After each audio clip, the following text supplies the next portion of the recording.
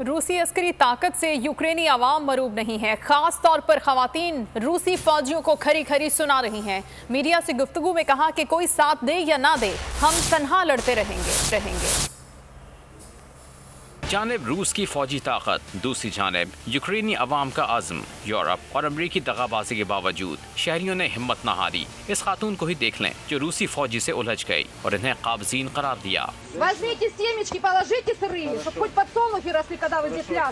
खातून ने फौजी को सूरजमुखी के बीज दिए, कहा ये मरने के बाद अपनी कब्र पर डालना। यूक्रेन से पोलैंड पहुँचने वाली खातून ने आखिरी दम तक लड़ने का इरादा जाहिर किया।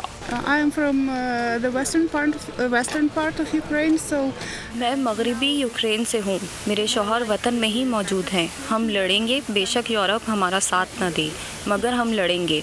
रूसी हमलों के सबब यूक्रेनी पड़ोसी ममालिक में पनाह लेने पर मजबूर हैं। उधर जनूबी अमेरिका में भी यूक्रेनी तारकीन ने रूस मुखालिफ मुजाहरा किया। मैक्सिको, ब्राज़ील और अर्जेंटीना में रहने वाले यूक्रेनी शहरियों ने जंग बंदी का मुतालबा और अमन के लिए खुसूसी दुआएं करवाईं। सब्सक्राइब करें और बेल दबाएं ताकि कोई खबर रह न जाए।